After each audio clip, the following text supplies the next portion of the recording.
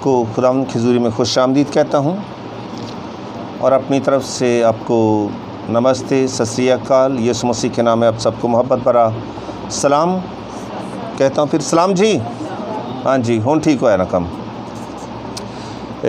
आइए हम कलाम मुक़द्दस की तरफ चलते हैं। मेरे साथ निकाली मत्ती रसूल की मार्फत लिखी गई खुदावंद यीशु मसीह की अंजील, उसके 13वें बाब की आयत नंबर 31 से लेकर 33 तक हम चलेंगे।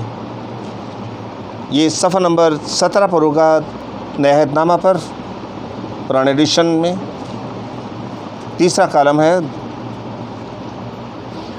मत्ती रसूल की मार्फत लिखी गई खुदावंद यीशु मसीह की अंजील 13वें चैप्टर की आयत नंबर 31 से लेकर 33 तक। हाँ जी, पढ़ें जी, क्या लिखा है।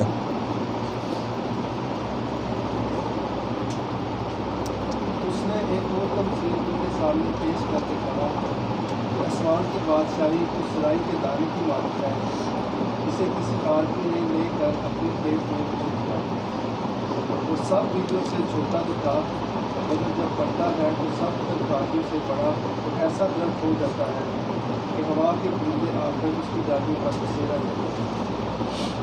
उसने एक और तमसील उनको सुनाई कि आसमान की बादशाही उस खमीर की मानत है जिसे किसी औरत ने लेकर 3 पैमाना आटे में मिला दिया और वो होते होते सब बने। आमीन। कलाम मुक़द्दस के पढ़े और सुने जाने पर उसकी बरकत चाहते हैं। आमीन। ये यीशु मसीह ने जितने भी यहाँ पैराबल्स इस चैप्टर में की हैं, एक्सप्लेन की हैं, ये झील के किनारे बैठकर यीशु मसीह ने पैराबल्स कही हैं। और ये झील भी हो सकता है गलील की झील हो, और यीशु मसीह अपने घर से निकलकर यहाँ आया है। और आप लोगों को पता होगा कि यीशु मसीह का घर कहाँ था, हैं जी, कफरनहूम में। शाबाश। मत्ती की अंजील में कहा गया कि वो अपने शहर आया। कफरनहूम उसका अपना शहर भी कहलाता है। हम आज इन 2 पैराबल्स को सीखेंगे। यीशु मसीह ने पहले तो बीज बोने वाले की मिसाल दी है, फिर उसके बाद अच्छे बीज और कड़वे दानों की पैराबल्स दी है, फिर ये तीसरी यहाँ हमने पढ़ी है, फिर साथ चौथी भी पढ़ी है। तो आज हम इस पैराबल को सीखते हैं कि यीशु मसीह ने कहा है आसमान की बादशाही उस राई के दाने की मानद है जिसे किसी आदमी ने लेकर अपने खेत में बो दिया। यहाँ हम सीखेंगे कि आसमान की बादशाही उस राई के दाने की मानद कैसे है। ये जो लिखा है किसी आदमी ने लेकर अपने खेत में बो दी है, ये क्या है। आसमान की बादशाही तो अंडरस्टूड बात है, खुदा की सल्तनत, खुदा की बादशाही। आगे राई के दाने के बारे में हम सीखेंगे, जिस किसी शख्स ने अपने खेत में बो दिया है उसके बारे में सीखेंगे। ये बड़ा दरख्त हो गया है और इस पर बहुत सारे परिंदे आकर उसकी डालियों पर बसेरा करते हैं। ये जो लिखे ना, किसी आदमी ने लेकर अपने खेत में बो दिया, ये किसी आदमी जो है ये यीशु मसीह बज़ाते खुद है। किसी आदमी यहाँ जो यीशु मसीह ने कहा है, ये यीशु मसीह बज़ाते खुद है। खेत में बो दिया, खेत से मुराद पूरी दुनिया है। किसी आदमी कौन है? यीशु मसीह। खेत क्या है? यहाँ वर्ष नंबर 36 में बल्कि 37 में लिखा है खेत जो है ये दुनिया है। हाँ जी, वर्ष नंबर 38 में लिखा है और खेत दुनिया है। हम इसको अपनी तरफ से कोई तशबीह नहीं दे सकते। खेत क्या है? दुनिया है। किसी आदमी कौन है? ये यीशु मसीह है। राई का दाना क्या है? राई के दाने को यहाँ यीशु मसीह ने खुद ही एक्सप्लेन कर दिया है कि सब बीजों में ये छोटा बीज है। और याद रखें, बीज में बहुत बड़ी ताकत होती है, बेशक कितना छोटा हो। बीज में जो ताकत होती है, उसके लिए जो ग्रीक वर्ड यूज़ किया गया है वो डायनामोस कहा गया है। उसके बाद अंग्रेज़ी में डायनामाइट आया है, और डायनामाइट के लिए जो डायनामाइट लफ्ज़ इस्तेमाल किया जाता है वो यूँ समझें कि जो पहाड़ को सुराख करके उसमें बम फिट किया जाता है, जब उसे ब्लास्ट किया जाता है तो पूरा पहाड़ फट जाता है, उस ताकत को डायनामाइट कहा जाता है। और डायनामाइट रुलकुद्स के लिए भी लफ्ज़ इस्तेमाल होता है, और बीज के लिए भी लफ्ज़ डायनामोस इस्तेमाल हुआ है कि बीज में इतनी ताकत है कि ज़मीन के सीने को चीर कर वो बाहर आ जाता है। और बीज का मतलब तुखम भी है, सीड है, और यहाँ बीज कलाम खुदा को कहा गया है। 13वें चैप्टर में यीशु मसीह ने जब एग्जाम्पल दी है, पैराबल दी है कि एक बोने वाला बीज बोने निकला, तो बीज खुदा का कलाम है। राई के दाने की मानिंद यहाँ लिखा है, आसमान की बात सी उस राई के दाने की मानिंद है जिसे किसी आदमी ने लेकर अपने खेत में बो दिया। कलाम को यीशु मसीह ने लिया है और इस पूरी दुनिया में बो दिया है, पूरी दुनिया में।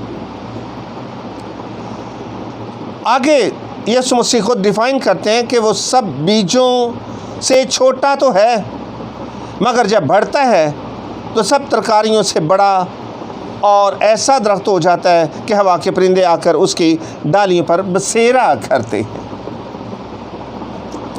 यीशु मसीह ने यहाँ कहा कि सब बीजों में से ये छोटा बीज है, और बीज खुदा का कलाम है।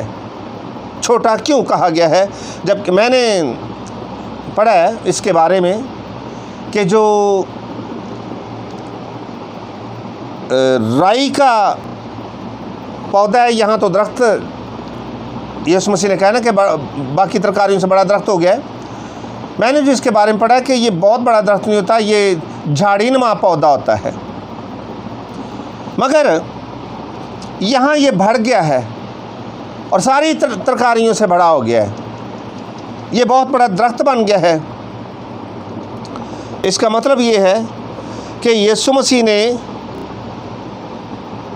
पूरी दुनिया में से, पूरे इस्राएली कौम में से, पूरे इस्राएली घराने में से, इस्राएल के ख़ानदान में से थोड़े से अपने डिसाइपल लिए हैं, शागिर्द लिए हैं, 12 शागिर्द लिए हैं। उसके बाद 70 शागिर्दों को डेडिकेट करके भेज दिया है। पूरी दुनिया में थोड़े से लोग हैं, छोटा सा एक ग्रुप है, उसमें अपना कलाम रख दिया है और कहा कि जाकर सारी खलक के सामने अंजील की मुनादी करो।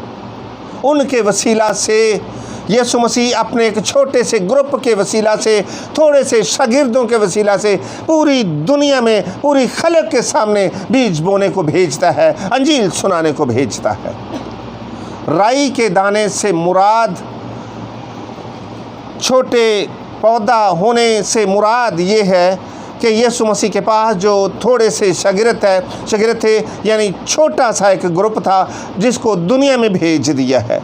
और कलाम जो बीज है वो कलाम है खुदा का, उन शागिर्दों में खुदा का कलाम है, और उन शागिर्दों ने जाकर दुनिया में खुदा के कलाम को सुनाया है, और आज पूरी दुनिया में मसीहत सबसे ज़्यादा है।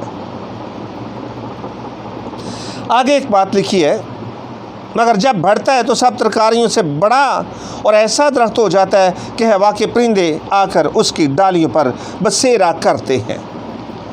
छोटा सा टेस्ट आपका लूँगा मैं, बहुत छोटा, बहुत रिटर्न नहीं होगा, ये वर्बली होगा। आप पढ़े लिखे लोग हैं, सियाने हैं, आपको बहुत सारी बातों का पता है। यहाँ ये जो परिंदे हैं ये क्या है? यहाँ 13वें चैप्टर की 4 वर्ष में एक बात लिखी है, पढ़ें क्या लिखा है जी।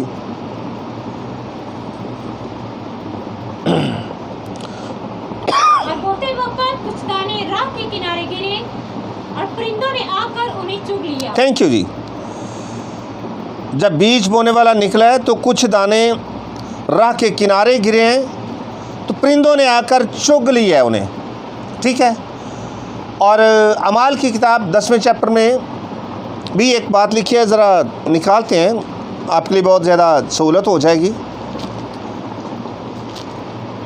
अमाल की किताब 10वां चैप्टर है।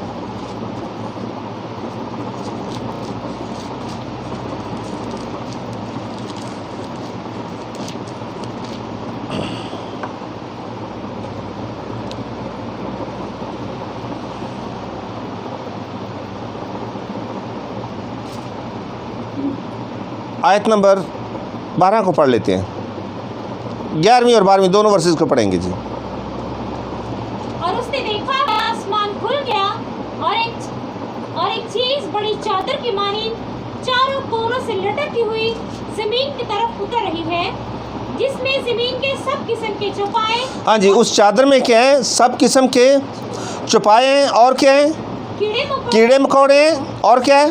हवा के परिंदे। हवा के परिंदे भी उस चादर में हैं। और ये हवा के परिंदे, कीड़े मकोड़े, सब किस्म के छुपाए ये गैर अक़वाम हैं और अबलीस की नुमाइंदगी भी करते हैं।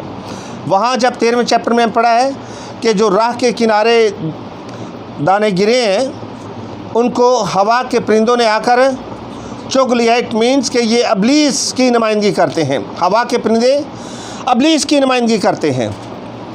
यहाँ हमने वर्ष नंबर 32 के आखिरी हिस्सा में पढ़ा है कि वो दरख्त बड़ा हो गया है और उस पर हवा के परिंदे आकर उसकी डालियों पर बसेरा करते हैं। इसका मतलब ये है कि मसीहत इतनी फैल गई है, इतनी स्ट्रांग हो गई है और इस वर्ष के मुताबिक 13वें चैप्टर की 4थी वर्ष के मुताबिक ये है कि अबलीस का तसल्लुत मसीही लोगों पर है। परिंदे अबलीस की नुमाइंदगी करते हैं और मसीहत पूरी दुनिया में फैली हुई है। इस आयत नंबर 32 के आखिरी हिस्सा के मुताबिक यूँ लगता है जैसे मसीहत पर जो हुक्मरानी है या इसमें जो कुछ गलत एजुकेशन देने वाले लोग हैं वो इस पर बसेरा कर रहे हैं, या गैर अक़वाम की जो हुकूमत है उनका जो तसल्लुत है वो इन पर है इस वर्ष के मुताबिक। मेरा एक और भी ख्याल है। एक ख्याल तो ये है, दूसरा ख्याल ये है, हम ज़बूर 72 में गीत गाते हैं, त्योसतों बरकतां सब लोग पावन। ये भी हो सकता है कि चूँकि परिंदे गैर अक़वाम की भी इलामत हैं, यीशु मसीह की अंजील के सबब से, यीशु मसीह की बड़ी मोहब्बत के सबब से, उसके कलाम के सबब से जो आज उसके ख़ात्मों के वसीला से दुनिया में फैला हुआ है, गैर अक़वाम बरकत पा रही है। बसेरा करने से मुराद ये भी हो सकता है कि आराम से चैन से रहते हैं और खाते पीते हैं। अब मैं जो आपसे छोटा सा क्वेश्चन करना चाहता हूँ, मैंने 2 थॉट दिए आपको। क्या ये जो हवा के परिंदे इस बड़े दरख्त पर बसेरा कर रहे हैं, सवाल ये है क्या ये आपको थॉट अच्छा लगता है कि गैर अक़वाम मसीहत के सबब से बरकत पा रही हैं? ये ख्याल ठीक है, या ये ख्याल ठीक है कि मसीहत पर जो गैर अक़वाम का तसल्लुत है या शरीर भी काम करते हैं इन पर? कौन सा ख्याल आपकी निगाह में ठीक है? मैंने दोनों ख्यालात आपके सामने रखे हैं, आप एनालिसिस करके मुझे बता सकते हैं आपको कौन सा ख्याल अच्छा लग रहा है। दोनों नहीं हो सकते, याद रखें, हो सकता है दोनों भी हो सकते हैं। हाँ जी, पहले वाला कि गैर अक़वाम का तसल्लुत है, ठीक है, और कुछ तुक्का लगाएं।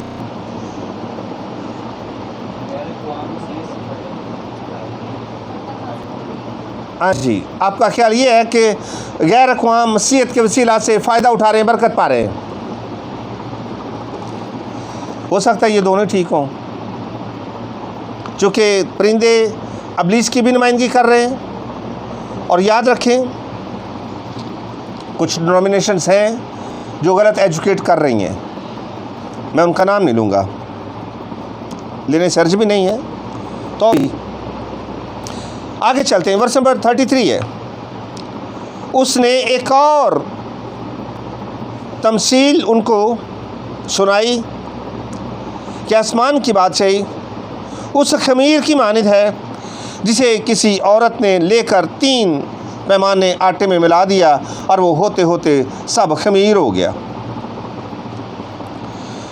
यहाँ भी एक मैं बात आपसे पूछूंगा, बड़ी छोटी सी। कुछ लोगों का ख्याल है कि ये जो आटा है इसे दुनिया से तशबीह दी गई है और खमीर खुदा का कलाम है जिसे मिलाया गया है और होते होते सब खमीर हो गया। पूरी दुनिया में कलाम फैल गया है और निजात पाई गई है। एक ख्याल तो ये है। प्लीज़ सुनिए, मैं इस ख्याल के ताल्लुक़ से आपसे एक छोटा सा टेस्ट लूँगा, चूँकि आप ज़हीन लोग हैं।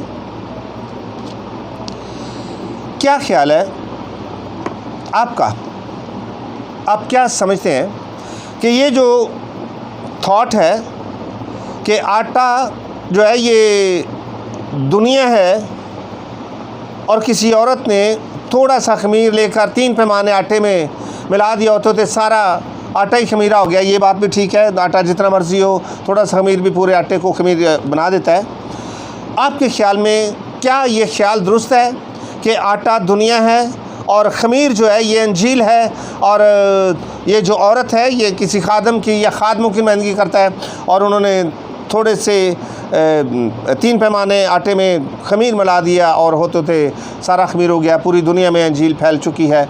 क्या ये ख्याल दुरुस्त है आपकी निगाह में? ख्याल को तरतीब मैंने दिया है, क्या लग रहा है, दुरुस्त लग रहा है कि नहीं लग रहा? आटा दुनिया है, अगर मैं ठोंस दूँ कि आटा दुनिया है और खमीर खुदा के कलाम की नुमाइंदगी करता है, चूँकि यीशु मसीह ने कहा कि आसमान की बादशाही उस खमीर की मानिद है जिसे किसी औरत ने लेकर 3 पैमाने आटे में मिला दिया और वो होते होते सब खमीर हो गया। क्या ख्याल है? ये ख्याल आपको कितना अच्छा लगता है या शौक़ देता है? मैंने कहा कि ये ख्याल है कि आटा पूरी दुनिया की नुमाइंदगी करता है और खमीर खुदा के कलाम की नुमाइंदगी करता है। ये जो औरत है ये एजुकेशन देने वाले लोगों की नुमाइंदगी करता है और इनकी एजुकेशन के सबब से पूरी दुनिया में कलाम फैल गया है। आपको ख्याल ये अच्छा लग रहा है या कि शौक़ेबल है? हाँ ना ही करनी है जी, दुरुस्त लगता है। हाँ जी, पढ़े लिखे हैं, मशवरा कर सकते हैं। आपको टाइम देता हूँ जी, कहने से दस सकते हो किसी को, ठीक है? ये ख्याल ठीक है। मैंने आपका क्या ख्याल है? ठीक है आपका? अरशद तुहानू कैसा लगता है? ठीक है, बहुत खूब,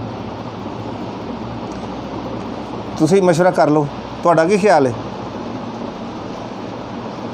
हाँ जी, इत्तिशाम आपका क्या ख्याल है? सही है,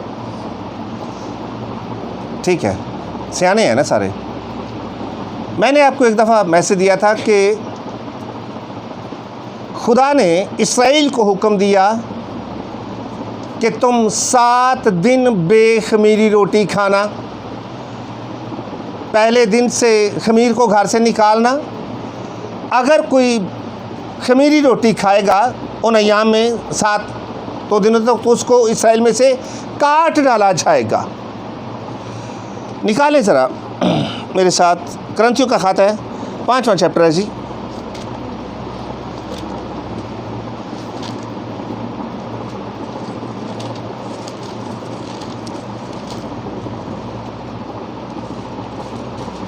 आयत नंबर 6 है। अरशद आजा भाई बाहर, आपकी सीट खाली है। पहला करंथियों 5वें बाब की आयत नंबर 6 है, पढ़िए क्या लिखा है। तुम्हारा फख्र करना खूब नहीं, क्या तुम नहीं जानते कि थोड़ा सा खमीर सारे गूंदे हुए आटे को खमीर ताज़ा गूंदा हुआ आटा बन जाओ। तुम क्या बन जाओ? ताज़ा गूंदा हुआ आटा। ये सारी दुनिया आटा नहीं है, ये कलीसिया को आटा कहा गया है, हैं? और कलीसिया में से खमीर को परमिशन नहीं है। आगे क्या लिखा है? बस आओ हम ईद करें, ना पुराने खमीर से और ना बदी और शरारत के खमीर से, बल्कि साफ दिली और सच्चाई की बेखमीरी रोटी से। थैंक यू जी। 8वें वर्ष में लिखा है, बस आओ हम, अपनी बाइबल निकालिएगा, क्या लिखा है? आओ हम ईद करें, ना के पुराने खमीर से, यानी पुराने खाते दे गुनाहां नाल, और ना बदी और शरारत के खमीर से, यानी बदी और शरारत को खमीर कहा गया है, बल्कि साफ दिली और सच्चाई की बेखमीरी रोटी से। बेखमीरी रोटी आसमान से उतरी रोटी यीशु मसीह है। यीशु मसीह ने कहा कि आसमान से उतरी हुई रोटी मैं हूँ। आप सब ने एक दूसरे से उनके कहते हैं ठीक है, ये ख्याल ठीक है कि आटा दुनिया है और खमीर खुदा का कलाम है।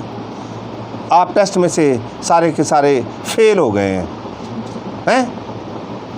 इतने अरसा से इबादत करते हैं, कलाम सुनते हैं, तो थो नहीं रहा, सुने है पर थो नहीं रहा, साडा थो ही उखड़िया रहिंदा है। हाँ, ब्याह तो रोटी पकाई, क्या बात है, लोगों बड़ी तारीफ की थी, ये वो याद रहिंदा, कलाम नहीं सिर्फ याद रहिंदा। लिखा है, हवा के परिंदों ने आकर चुग लिया है, उठा लिया है, झाड़ियों ने दबा लिया है, शिद्दत की धूप ने सुखा दिया है।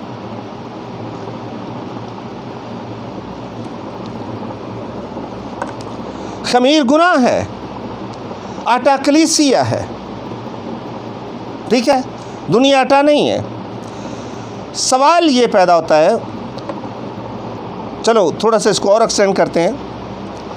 लिखा है, आसमान की बादशाही उस खमीर की मानद है जिसे किसी औरत ने लेकर 3 पैमाने आटे में मिला दिया और वो होते होते सब खमीर हो गया।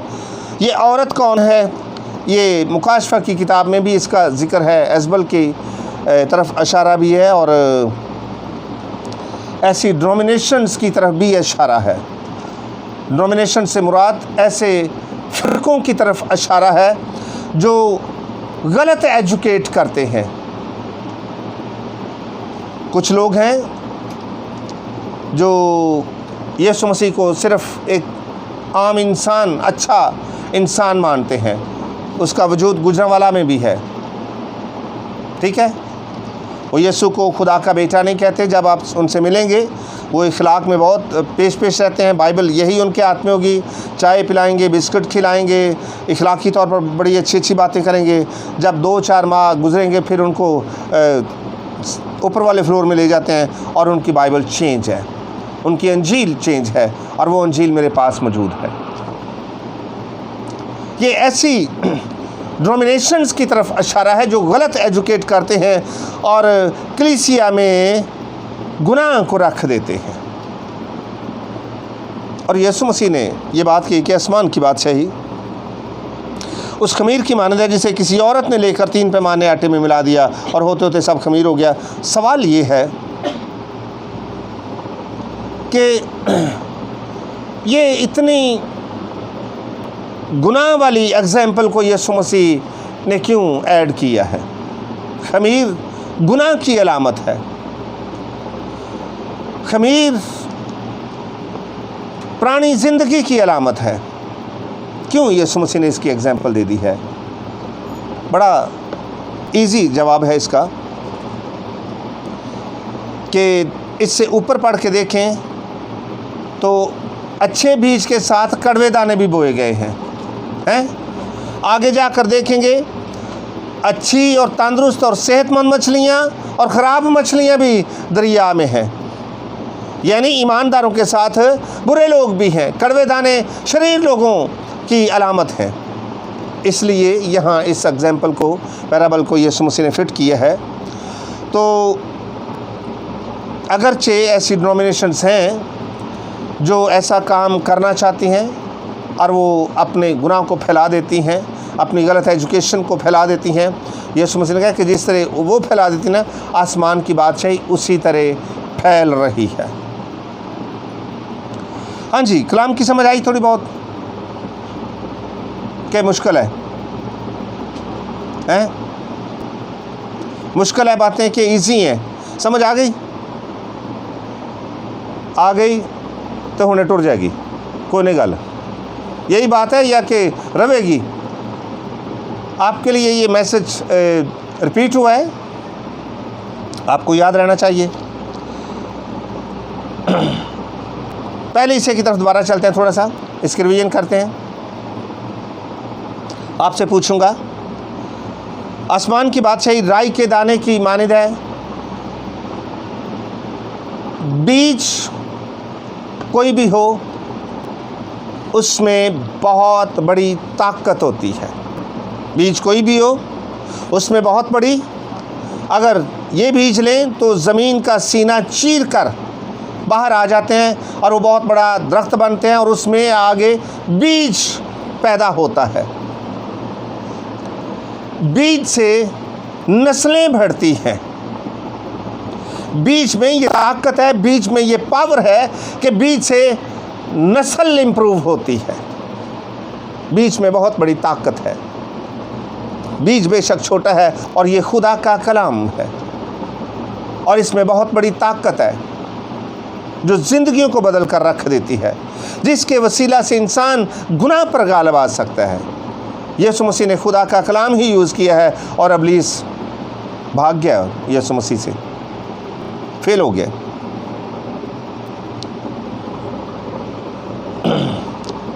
ये जो यीशु मसीह ने कहा है कि सब तरकारियों में से छोटा है, ये छोटा क्या है जी? मैंने आपको बताया है, जो याद है तो दसो। हाँ जी, हाथ किसने? चलो हाथ खड़ा करें जी। उनका नहीं दसना किसी को, आप सिर्फ लायक स्टूडेंट हैं, बाकी मेरे अंगर ही हो। हाँ जी, छोटे बीज से क्या मुराद है? आप भी बताओगे, याद है आपको? राई का दाना है। ये जो छोटा बीज है, इसका छोटे से क्या मुराद है? भाई सारे इबादत की थी, सारे कलाम सुने, क्या है ये छोटा बीज? आप बताएं जी, इनको बता दें। शाबाश, इसके लिए क्लैपिंग करें जी। भाई छोटे बीज से मुराद ये है कि यीशु मसीह के जो शागिर्द हैं थोड़े से हैं, छोटा सा ग्रुप है। पूरी दुनिया में 12 लोगों का या 70 लोगों का क्या नाम हो सकता है? छोटे से ग्रुप को तशबीह दी गई है। ये इशारा उधर है और उनकी मेहनत, उनकी खिदमत के वसीला से आज पूरी दुनिया में मसीहत फैली हुई है। हाँ जी, राई का दाना छोटा है। छोटे से क्या मुराद है? यीशु मसीह के शागिर्द, छोटा सा ग्रुप, ऐसे ही है जी। ओके, बीच में बहुत बड़ी ताकत होती है। बीच में बहुत बड़ी ताकत होती है और बीज से नस्लें पैदा होती हैं। बीज से नस्लें पैदा होती हैं।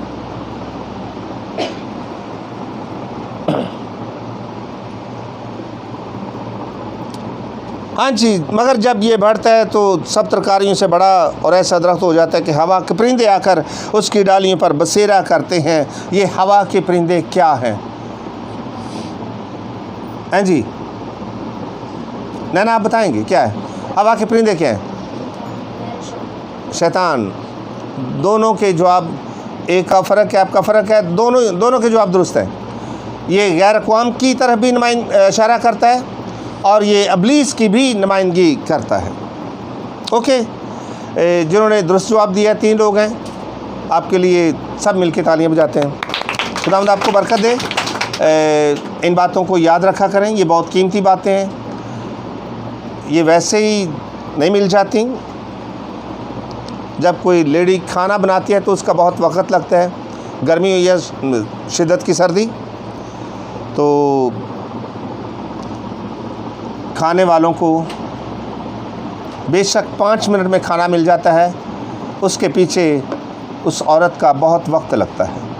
इस तरह ये मैसेज तैयार होने पे वक्त लगता है और आपको मिल जाता है तैयार, तो भूल जाएं तो ये इतना सूट नहीं करता। ठीक है, तो जो नहीं भूलते वो कहते हैं भूल गए हर बात मगर तेरा प्यार नहीं भूले। हैं, ये यीशु मसीह की मोहब्बत भरी प्यार की बातें हैं, ज़िंदगी की बातें हैं, उसकी कुर्बत और उसके जलाल की बातें हैं। आइए अपने सरों को झुकाएं और दुआ करें।